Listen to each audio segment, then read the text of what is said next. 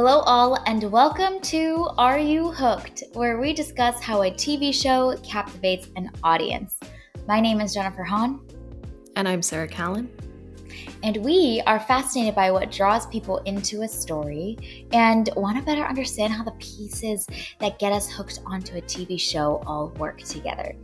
Today, we are going to be discussing the opening scene of the Star Wars universe show Andor, Season 1, Episode 1. I think what's particularly exciting about this little mini series of Are You Hooked is that both Sarah and I have not seen Andor. So we've done a couple of Are You Hooked in the past now, but they've been with shows where we've seen like the whole trajectory of the show or we've seen the whole season. But this is a true Are You Hooked in its purest form because do we want to watch the episode or not? Because we haven't seen it yet. So I think that's kind of interesting and fascinating. I'm just curious. Honestly, I'm like on the edge of my seat to know whether this hooked you or not, because usually I already know that you loved the season or you didn't love the season, but this one, I'm intrigued. So, Sarah, do you want to give just a quick description of the scene? Sure, yeah. We watch Diego Luna walk into some sort of an establishment, order a drink, have a conversation, and then he leaves said establishment. And that is the scene. Yeah, literally. That's what happens. I think it's about 5 minutes long. If you want to watch the scene, we included the timestamps and all that stuff in the show notes. So watch the scene and come back and listen to the rest of our combo.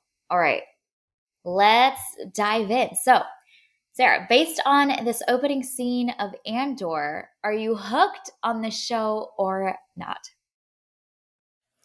Drum roll, please. I know, right? We need to insert some effects here. So based on this opening scene, I feel neutral. I know that this is kind of like a yes or no question, but I'm going to choose a third option because that's what I do. Classic. And so I don't have a desire to click away and watch something else on my to watch list, but I'm also not gearing up and oh my gosh, I have to watch more. I'm kind of in the middle of I've already clicked on this, we can let it keep going, but I'm not, I don't know. So I'm neutral. I'm kind of in the middle. Okay. I see how it's setting up things that obviously the show is going to explore, and he's searching for his sister and all of this and creating intrigue around that, but I'm not invested yet. So yeah, I feel kind of in the middle. Would let it keep playing, but I'm not anxious to learn more. What about you? Based on this opening scene, are you hooked? Do you want to keep watching more? No.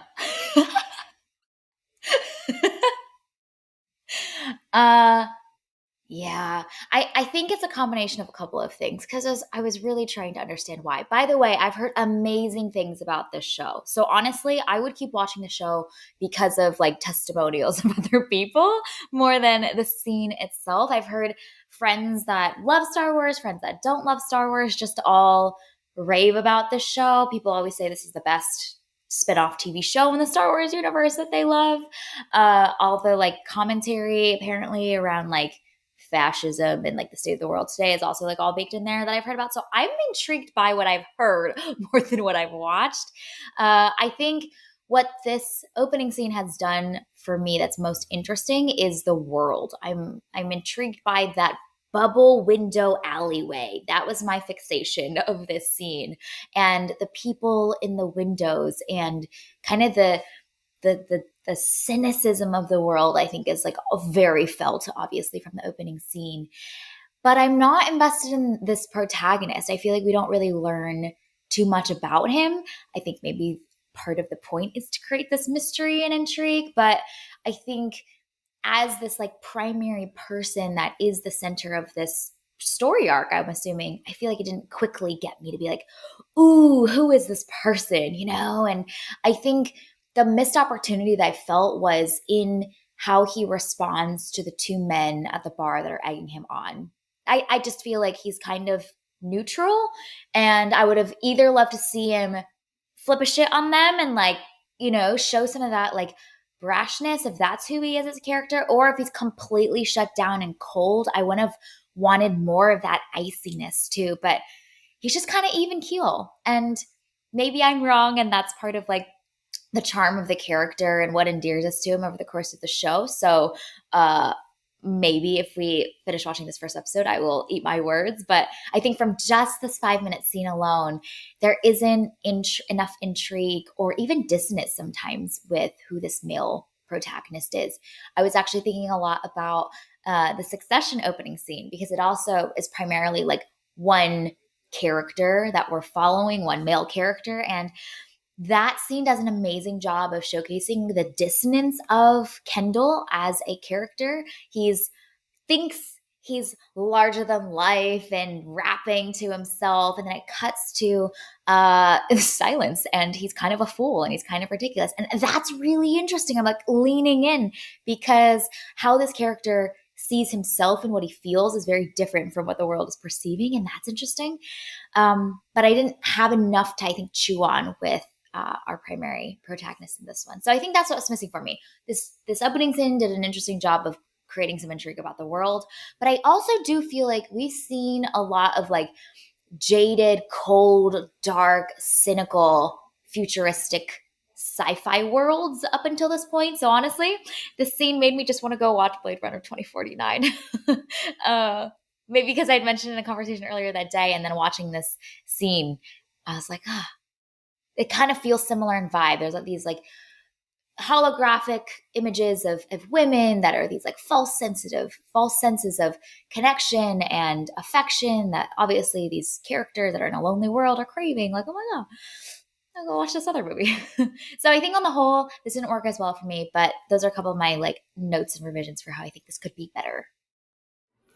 Yeah, no, I was also thinking about Blade Runner and Oh, just kind of amazed at Blade Runner's reach. I mean, that movie yeah, came out in the 80s and it's still influencing how these like futuristic worlds are being created. And it has that same vibe. And I just found that fascinating. And so then I as I was watching, because like not a lot happens in this scene, yeah, I just was kind of like going through my head of like, man, how many other like modern shows look like this, look like mm, Blade Runner? And that really, I mean, there were some like futuristic sci-fi movies before that, obviously, but I feel like Blade Runner is so iconic that it's just kind of like seeped into our consciousness and seeped into our media yeah, environment. And that's how we view these futuristic worlds, is they look like Blade Runner. And so like what a testament to like that movie and its staying yeah, power. There's some very problematic parts of that movie, but the visuals and the world building and the everything that went into creating that is just fantastic. And you can so good. see how that's still paying off, 40 years later, which is very wild. But this is not Mhm. an episode about Blade Runner. But that is definitely what I was thinking about while watching this scene. Well, it's interesting that we joke about this not being an episode about Blade Runner, because when a piece of content is making you long for another piece of content, something's not really working quite right. Like we want to be immersed in this new world and be wowed by it and be sucked in. But if it's making us think about something that we love that we feel like is maybe better, the roots of this, I don't know, not so great. It's reminding me of our conversation when we reviewed Furiosa and how that just made us go watch Mad Max Fury Road, And so the ability for this standalone piece of content to captivate us, I think, it's a telling signal, that we're spending many minutes here talking about another piece of IP. But the influences are clear. I think the cynicism of this world is very felt by every character. There's an iciness, there's a coldness, there's a seemingly devoid connection that everybody has with each other. I I think what could have also made this opening scene stronger is if there was a little bit more specificity in the disappearance of his sister. like, just give me one juicy morsel to hold on to of like, oh, she went off to find blah, some person or some planet. Like, just something to ground who this sister is or who this man is and the relationship. Like, it's a little too hand wavy and vague, I think, that makes it actually less interesting than if you gave me just one random morsel juicy detail about her. I think that would have been, it would have made it feel more real. Like, oh, she always works the night shift, or she always is, never works on Tuesdays. Anything, you know what I mean? Just to ground it with the like vagary of disappearance of sister. I was also like, I think I'm supposed to care about the sister, but I don't really know who she is, and I don't have anything like to hang onto, a thread to grasp for. So I think that would have also helped create more intrigue, which is what you need to do in an opening scene. Yeah, no, that makes sense, and also make her more of a real person rather Yeah. than this like concept, you know? Mm-hmm. The other thing that I was wondering is because like he walks out and like presumably things are going to happen from that. So there's almost like a continuation Yeah. from this scene into the next. And so I wonder what that next piece is going to be. And I didn't like watch that far because honestly, I didn't want it to be like a 10-minute scene Yeah. that we're gonna analyze. And so I'm curious if like that's where the intrigue will come in, is like the next scene. If this Mm. initial scene is more of like setting the mood and then it's ushering in us into something that's more interesting and action packed or something. I Mm. also thought it was interesting that we're starting a Star Wars property like so chill. Like Mm-hmm. it's just an interesting way to go, you know. We When you think about like the Star Wars universe, it's all of these interesting planets and creatures and lightsaber battles and all of these duels, and like there's just a lot going on in Star Wars. Mm-hmm. And this starts with a dude just getting a drink and trying to find his sister. And I don't, it was so chill and Yeah. so mundane that that kind of took me by surprise, given how uh like flashy and over the top Star Wars can be, like Spectacle. in the best way. I love the over the topness of Star Wars. It's so creative Yeah. and lovely. And this just kind of starts out just real chill. We're just hanging out. Much more Nothing's really going serious. on. Much more serious. Yeah. Much less spectacle. Yeah, it feels like it's grounded in a story that it really wants to like take its time to tell. Um, I think there's a way to still do that and create more for us to sink our teeth into. One of my other ideas for just things to add and make this more interesting, this is me rewriting the opening scene, is we spend many minutes just from POV shot from behind watching this hooded figure walking. Like that, it takes up probably like 2, 3 whole minutes. And I think there's more that they could have done with that whole bit to just add more texture, more color, more intrigue. What I would have liked to see is maybe he bumps into somebody and they give him a dirty look. Maybe he bumps into somebody else that like their shoulders like smack into each other, and there's kind of a moment of like shock or surprise, or watching other people react to our main character. I think also makes that character interesting to us, and we are wondering, why are they reacting that way? Is this just the world they are in, or is it because this character is like known and he's now returning back to a place that he's not welcome? Like, I want my mind to be wandering, and I feel like those long sequences of shots where he's just walking from behind, they could have added just anything more into there, to make it more interesting, other than just like long shots of him walking. And it was a little bit boring, honestly. I'm like, okay, we get it. Like, it's moody and hooded figure, and we love to see a hooded figure man. But I'm like, create some more intrigue and these like triggers for our minds to wander a little bit. Just characters giving him dirty looks, or maybe they completely ignore him. That's also interesting too. But again, thinking about the Succession opening scene, they would cut with these very short shots to Kendall's driver watching him in the rearview mirror and judging him and kind of being like, oh, okay, that's interesting to us. Again, showcasing not only who the character is, who the character thinks they are, but how are they being received by the world is also such exciting inputs for us as the viewers too, and allows our minds to have questions and wonder and have curiosities of, ooh, what's the backstory? Like, is there tea, or is he just a random nobody coming here? Like, who is this man? I think that would have been more fun. Especially when he's hooded from behind and we can't even see his face yet.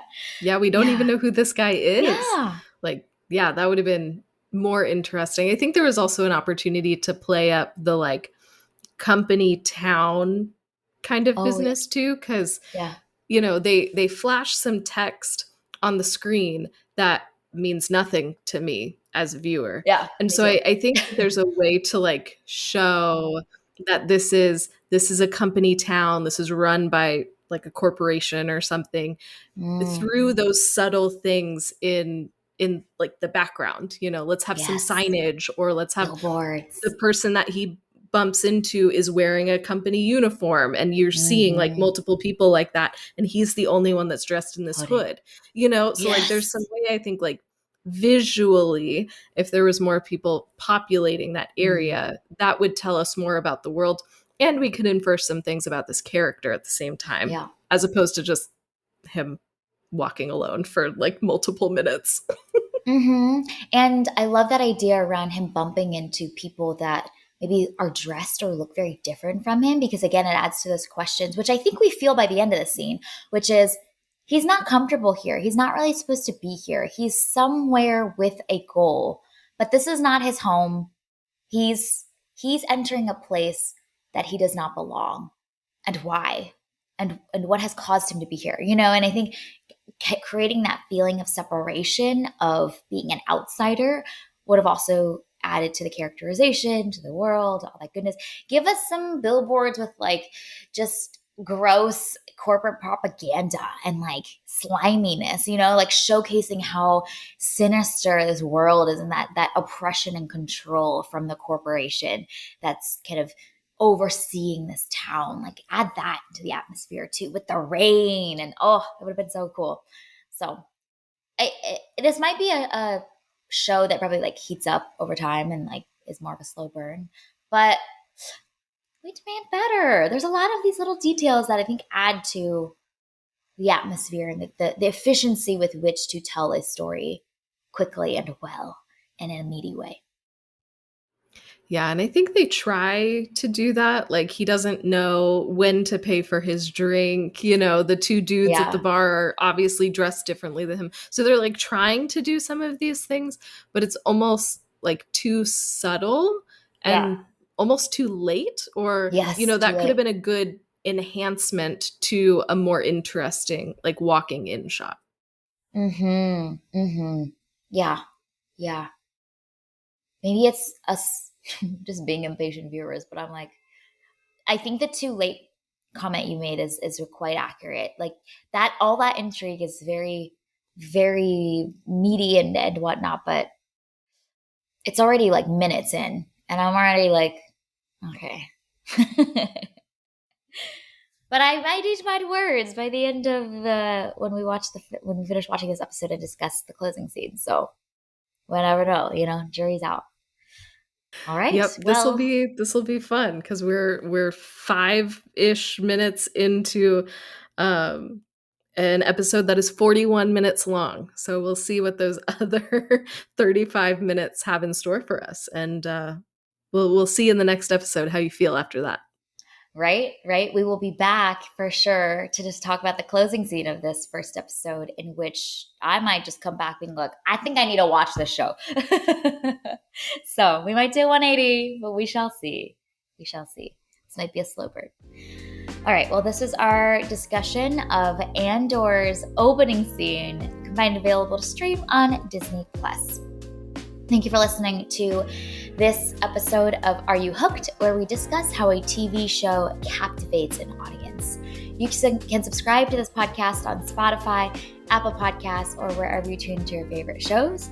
Drop us a rating review letting us know, one, if you've watched Andor and are you also a fan, or two, if you haven't, maybe if you watch this opening scene, are you hooked or not? You can connect with us on Instagram, Threads, and Blue Sky at tvnspod or email us at tvnspod@gmail.com. Check out our website, andusmedia.co, for the latest on TVNS and our other podcast, Movies and Us. We'll be back soon to discuss the final scene the closing scene of Andor, episode 1. We hope you have an amazing week, and we'll see y'all again very soon.